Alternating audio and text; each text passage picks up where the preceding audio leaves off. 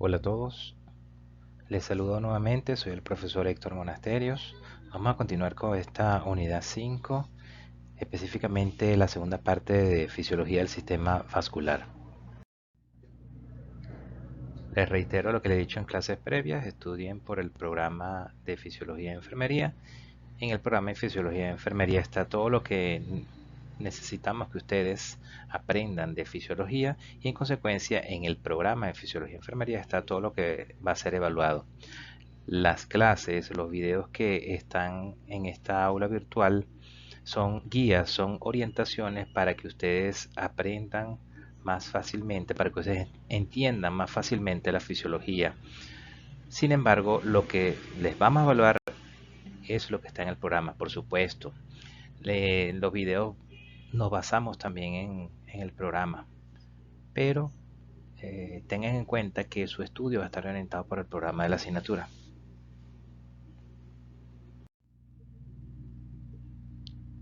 Pues bien, tenemos entonces el sistema venoso.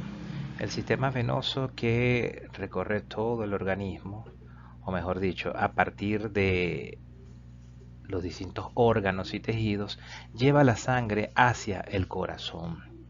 Específicamente sangre desoxigenada hacia la aurícula derecha. La sangre que procede de los órganos de la parte inferior del cuerpo, la parte inferior del organismo, llegan a la aurícula derecha a través de la vena cava inferior y la sangre proveniente de los tejidos de la parte superior del cuerpo del organismo llegan al corazón, a la aurícula derecha a través de la vena cava superior. Sin embargo, también hay unas venas que llegan a la aurícula izquierda. Estas venas son las venas pulmonares y a diferencia de las venas que les mencioné inicialmente, las venas pulmonares llevan al corazón sangre oxigenada. Esas venas salen de los capilares de los alvéolos pulmonares oxigenada y llega a la aurícula izquierda. De la aurícula izquierda ustedes conocen el recorrido porque ya lo describimos cuando vimos circulación sistémica. De la aurícula izquierda pasa al ventrículo izquierdo y de ahí hacia la aorta y al resto del organismo, circulación sistémica.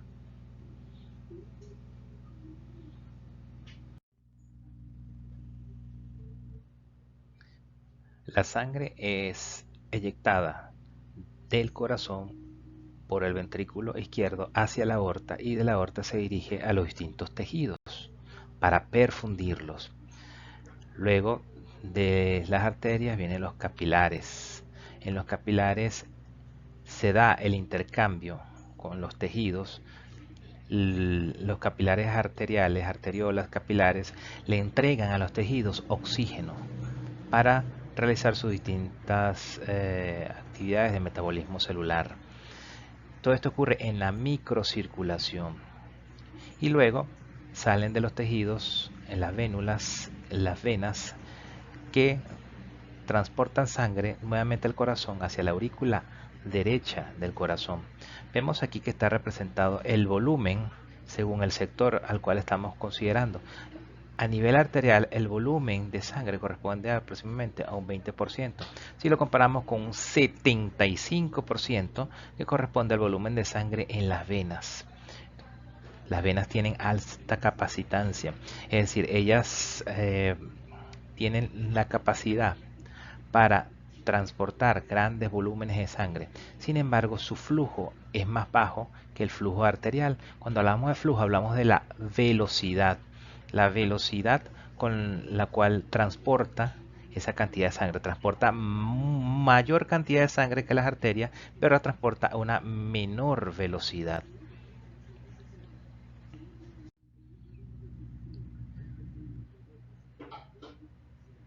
Aquí les representa el 50% del volumen venoso total. Es el que se encuentra aquí en la microcirculación. De la microcirculación salen las venas que, como les he dicho varias veces, van a retornar la sangre al corazón. Las venas tienen el 75% del volumen de sangre total que circula en los vasos sanguíneos, el 75% del volumen total. Lo habíamos visto en la diapositiva anterior, 75% venas, 20% arterias y un 5% se da en el intercambio gaseoso en los tejidos, el intercambio de oxígeno por dióxido de carbono. El sistema venoso se caracteriza por su alta distensibilidad, esto es su alta capacitancia. El sistema venoso tiene baja presión y bajo flujo y tiene alta capacidad de transporte de sangre, de líquido. Ya les dije que corresponde al 75% del volumen total de sangre, el que transporta las venas. Aquí F es flujo. Flujo, un volumen de sangre alto, el 75% de todo el volumen de sangre transportado por vasos. Un flujo lento, una baja presión. Y aquí es importante cuando hablamos de pulso, no confundir pulso arterial con pulso venoso. En esta clase vamos a hablar del pulso venoso. El pulso venoso va a depender de cavidades derechas. El pulso arterial va a depender de cavidades izquierdas. Les adelanto esto.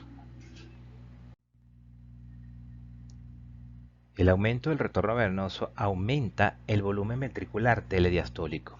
Es decir, el incremento del retorno venoso incrementa la cantidad de sangre que tiene el ventrículo al final de la diástole. Cuando escuchen o lean telediástole, significa al final de la diástole. Cuando lean protodiástole, significa al comienzo de la diástole. Y mesodiástole es en el medio de la diástole. Entonces, un volumen ventricular normal en una diástole con un volumen, un retorno venoso normal, convencional, va a generar una determinada fracción de eyección, un determinado volumen de eyección, volumen latido por parte del ventrículo. Sin embargo, cuando se incrementa el volumen del retorno venoso, se incrementa también la cantidad de sangre que va a tener ese ventrículo al final de la diástole.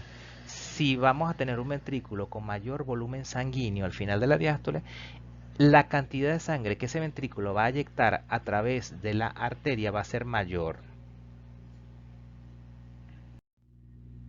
También está la bomba muscular. La bomba muscular permite, por compresión, aumentar el flujo de sangre en contra de la gravedad, es decir, desde abajo hacia arriba. Esto lo hace la bomba muscular. Aquí está representada la bomba del músculo gastrocnemio, que impulsa la sangre de abajo hacia arriba en contra de la gravedad.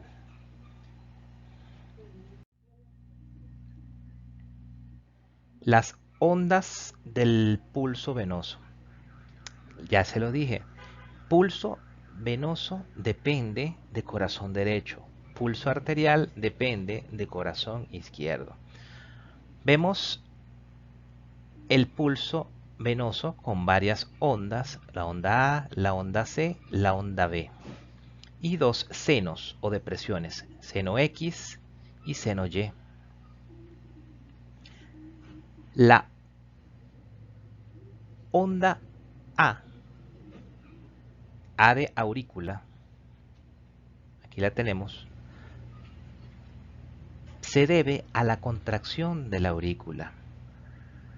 Sigue a la onda P en el electrocardiograma. La onda P, ya dijimos en clases previas, corresponde a la despolarización de la aurícula. Recuerden que primero es el fenómeno eléctrico y luego el fenómeno mecánico. Es decir, el fenómeno mecánico es precedido por el fenómeno eléctrico. La onda A del pulso venoso corresponde a la contracción auricular. Sigue a la onda P del electrocardiograma. Coincide con el cuarto ruido cardíaco en caso de que existiera. Recuerden también la clase que les dije, a que corresponde el cuarto ruido, a la vibración del aparato cardioémico, secundario a una contracción auricular enérgica. Generalmente este cuarto ruido es patológico, pero si llegara a existir, la onda A coincide con ese cuarto ruido. Esta onda A del pulso venoso precede ligeramente al primer ruido cardíaco y al ascenso carotidio. Está antes del primer ruido cardíaco. Recordemos que el primer ruido cardíaco corresponde al cierre del plano valvular aurículo-ventricular. En este caso, como estamos hablando de cavidades derechas, el primer ruido cardíaco en cavidades derechas corresponde al cierre de la válvula tricuspidea.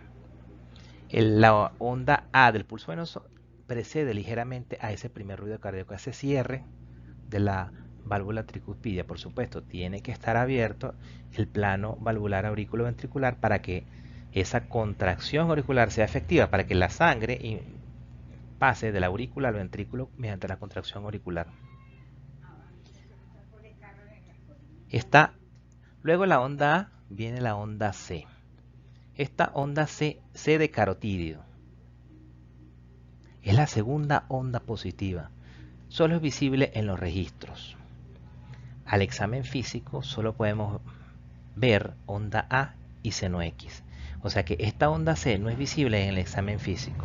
Es producida por el abombamiento de las valvas tricuspidias en la aurícula derecha y coincide con la contracción isovolumétrica ventricular. Hagamos memoria de la clase que vimos ciclo cardíaco. La contracción isovolumétrica ventricular se da cuando aumenta la presión dentro del ventrículo, pero todos los planos valvulares están cerrados, por eso no hay cambios en el volumen. Luego de la onda A, luego de la contracción auricular, se cerró el plano valvular tricuspidio. Por supuesto no va a haber cambios de volumen en el ventrículo derecho, pero aumenta su presión. Entonces coincide la onda C con la contracción isovolumétrica del ventrículo derecho. Un componente muy pequeño de esta onda C es producido por la pulsación carotidia transmitida. De ahí viene el nombre de C, onda C, por pulso carotidio. El intervalo entre A y C, entre la onda A y la onda C, corresponde en el electrocardiograma al intervalo PR. Repito, esta onda C no es visible en el examen físico. Luego viene el seno X. Aquí tenemos el seno X. Se produce por la relajación auricular, es decir, la diástole auricular. Y también desaparece en condiciones patológicas como la fibrilación auricular. El valle posterior más dominante de este seno X es producido por el empuje de las valvas tricuspidias en el ventrículo derecho. Este movimiento hacia abajo y hacia adelante de la válvula y el suelo de la aurícula se conoce como la contracción isotónica ventricular derecha y actúa como el impulso para crear un efecto de succión que arrastra la sangre desde las grandes venas hacia la aurícula derecha. Succión o presión negativa que atrae sangre hacia la aurícula derecha procedente de las grandes venas. Vena cava superior, vena cava inferior. Luego viene la onda B, que es la tercera onda de este pulso venoso.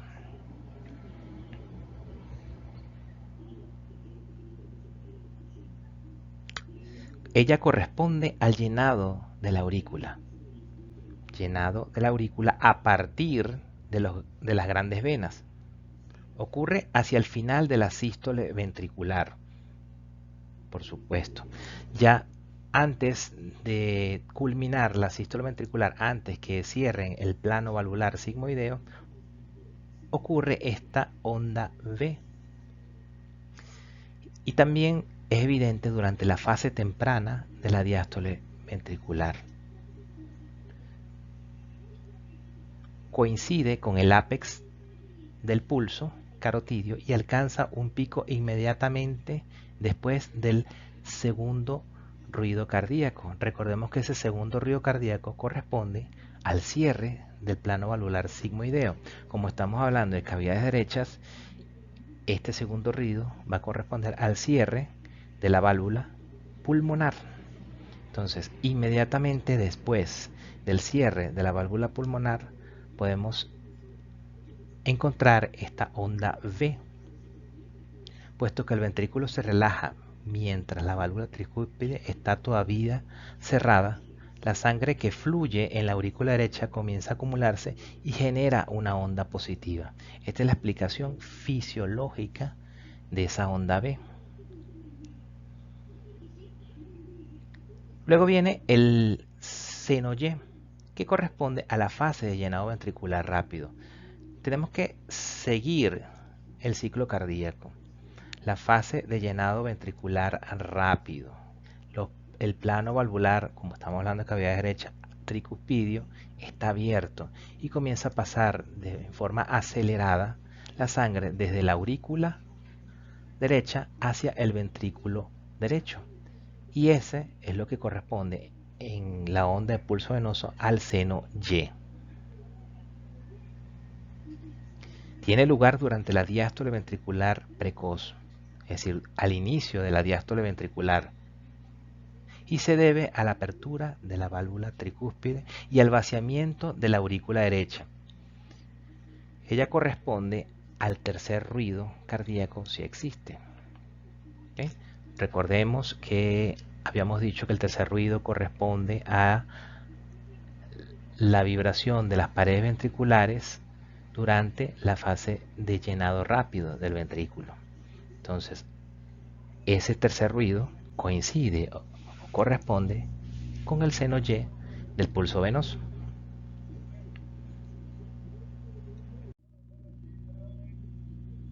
Características del pulso del flujo venoso. Okay. El flujo venoso tiene aproximadamente una presión hidrostática de 6 milímetros de mercurio y la presión en la aurícula derecha es menor, es de 4 milímetros de mercurio. Este pequeño gradiente de vena a auricular derecha es lo que permite el flujo venoso. Y digo pequeño porque el gradiente es mínimo en comparación con el gradiente que pudiera existir en la circulación arterial. Por lo tanto, como el gradiente es pequeño, la velocidad de flujo venoso es lenta. La velocidad de flujo en las venas cavas es aproximadamente 7 a 14 centímetros por segundo. Si lo comparamos con la aorta, en ella la velocidad de flujo es de 35 a 50 centímetros por segundo, más de la mitad, incluso hasta el triple de la velocidad se encuentra en la aorta en comparación con el flujo en las venas cavas. Las venas son vasos de alta capacitancia, por ello es que transportan grandes cantidades de volumen, hasta 75% del volumen total de sangre, pero el flujo es lento. La velocidad con la que transportan esta alta cantidad de sangre es lenta. Recordemos, distensibilidad, o también conocida como capacitancia, es la facilidad que tiene un determinado vaso sanguíneo de acomodar la sangre que le llega desde los ventrículos durante la eyección. Es decir, la capacidad de recibir grandes volúmenes de sangre sin aumentar mucho su presión interior. Y por eso es que se dice que las venas son vasos de alta capacitancia, porque ellas pueden recibir grandes volúmenes de sangre y su presión interna varía poco, tienen poca presión interna las venas. Describe el cambio de volumen de un vaso con un cambio determinado de presión. Y tenemos ahí la fórmula que nos habla de que capacitancia es igual a volumen sobre presión, expresada en milímetros de mercurio. Le repito, la presión dentro del vaso venoso es baja, es muy baja, dice aquí, aunque se puede distinguir una central y una periférica. Una presión central, aquí llegando a la desembocadura de la vena cava en la aurícula derecha, 4.6 más o menos 2 milímetros de mercurio. Varía durante el ciclo respiratorio. Y a nivel periférico tenemos aquí iniciando, o mejor dicho, ya saliendo de los tejidos, 4 a 7 milímetros de mercurio. Y aquí ya en contacto con la microcirculación, la presión es mayor 15 milímetros de mercurio. La presión en cualquier punto de la circulación venosa va a depender de la gravedad. Apréndanse esto, la presión en cualquier punto de la circulación venosa va a depender de la gravedad. ¿Okay? Esto que les hablé es en relación a las características del flujo venoso, de la circulación venosa. Vamos ahora a hablar de la circulación coronaria. La circulación de las arterias coronarias es una circulación de metabolismo aeróbico. Cuando hablamos de circulación coronaria, nos referimos tanto a circulación de arteria coronaria como a circulación venosa coronaria. Ya vamos a especificar las características de cada una de ellas. En general, la extracción de oxígeno por el miocardio es elevada. El músculo cardíaco necesita bastante oxígeno para poder llevar a cabo sus funciones metabólicas. La circulación coronaria es una circulación terminal y también tiene la capacidad de generar circulación colateral. Por eso, en caso de que una arteria coronaria esté obstruida, el sistema comienza a desarrollar colaterales para asegurar un flujo sanguíneo hacia el corazón. El lecho capilar coronario es de 4000 cc por milímetro cuadrado de superficie. El flujo coronario es entre 60 a 90 mililitros por cada 100 gramos de tejido por minuto. Los factores determinantes de la circulación coronaria. El primero de ellos que lo voy a nombrar es la presión de perfusión, que no es más que la presión arterial diastólica en la raíz de la aorta, la cual se transmite a todo el árbol coronario. Está la presión efectiva de perfusión coronaria, que es el gradiente de presión, es la diferencia de presión que existe entre las arterias coronarias y la presión diastólica en la aurícula derecha, donde desemboca el seno coronario, o con el ventrículo izquierdo, donde drenan las venas de Tebecio. La elevación de la presión diastólica en alguna de estas cámaras, sea cámara derecha o cámara izquierda, compromete la presión de perfusión. ¿Sí? Porque va a disminuir si aumenta la presión diastólica en estas cámaras, en aurícula derecha o en ventrículo izquierdo. Si aumenta la presión diastólica en ellas, va a disminuir el gradiente de presión y en consecuencia va a disminuir el flujo coronario.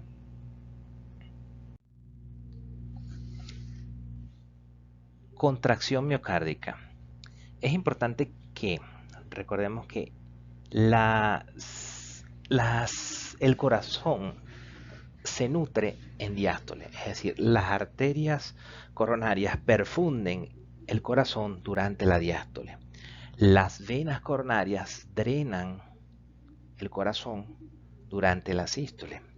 Entonces, durante la contracción miocárdica, es decir, durante la sístole, existe compresión extrínseca hacia las arterias coronarias. Por lo tanto, el flujo es mínimo por esa contracción extrínseca. Durante la diástole cesa esa compresión extrínseca sobre las arterias coronarias y en consecuencia aumenta el flujo sanguíneo coronario. Esto denota un comportamiento bifásico. ¿Por qué? El drenaje o retorno venoso coronario es máximo durante la sístole y disminuye durante la diástole. Es decir, al contrario de lo que ocurre con las arterias coronarias. Ya se los había mencionado. La perfusión del corazón por parte de las arterias coronarias ocurre mayormente durante la diástole, pero el drenaje circulatorio del corazón ocurre durante la sístole. Cambios fásicos en la circulación coronaria, ya los habíamos descrito. Tenemos tres curvas aquí. Dos curvas de flujo arterial coronario, una curva de flujo venoso coronario. Ok. Entonces, veamos la curva de flujo arterial coronario con respecto al ventrículo izquierdo. Recordemos que ya les dije que las arterias coronarias perfunden el corazón, perfunden el ventrículo es durante la diástole. Entonces por eso vemos que aquí durante el tiempo de diástole es mayor el flujo arterial coronario en comparación con durante la sístole. Muy bien. Ocurre lo contrario con la curva de flujo venoso, la cual hay mayor flujo venoso durante la fase de sístole y desciende el flujo venoso durante la fase de diástole.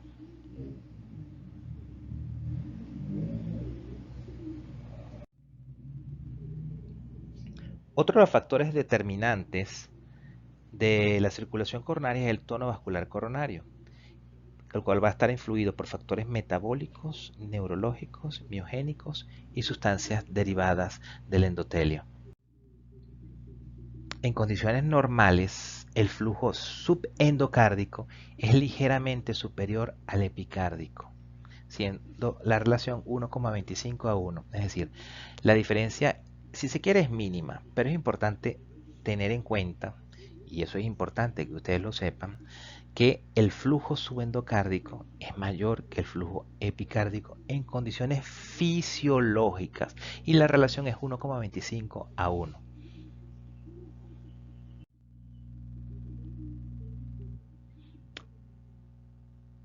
Los factores que regulan la circulación arterial coronaria los podemos dividir de forma didáctica en intrínsecos y extrínsecos. El factor intrínseco es la autorregulación del consumo miocárdico de oxígeno. Cuando ven escrito ese MbO2 es consumo de oxígeno miocárdico. Factores extrínsecos que regulan la circulación arterial coronaria está la regulación nerviosa dada por el sistema nervioso autónomo, las catecolaminas circulantes, norepinefrina, adrenalina, dopamina y las sustancias propias del endotelio vascular. Tanto factores intrínsecos como extrínsecos en condiciones fisiológicas promueven un equilibrio entre la oferta y la demanda de oxígeno. En condiciones fisiológicas existe un equilibrio entre oferta y demanda de oxígeno. Cuando se rompe ese equilibrio es cuando entran condiciones, por ejemplo, de insuficiencia cardíaca, cuando el corazón se hace insuficiente para cubrir las demandas de oxígeno del organismo. Entonces es importante conocer los factores que regulan la circulación coronaria y que permiten ese equilibrio entre oferta y demanda de oxígeno. Y aquí, para finalizar, una lámina que nos resume los factores determinantes del consumo miocárdico de oxígeno. Los podemos dividir en factores mayores y factores menores. Los factores mayores está dado por el inotropismo, por el estado de inotropismo, velocidad de contracción, la frecuencia cardíaca y la tensión intramiocárdica, que va a depender de esa tensión dentro del músculo cardíaco, de la presión arterial y del volumen ventricular, el cual ya habíamos hablado durante esta misma clase en láminas anteriores, que ese volumen ventricular, ese volumen telediastólico del ventrículo, va a depender a su vez de el retorno venoso. Entonces estos son los factores mayores, y los factores menores están representados por el acortamiento de las fibras musculares, por la energía de activación y el metabolismo basal del músculo cardíaco. Con esta clase culminamos fisiología del sistema vascular. Nos vemos más adelante con mecanismos de regulación cardiovascular.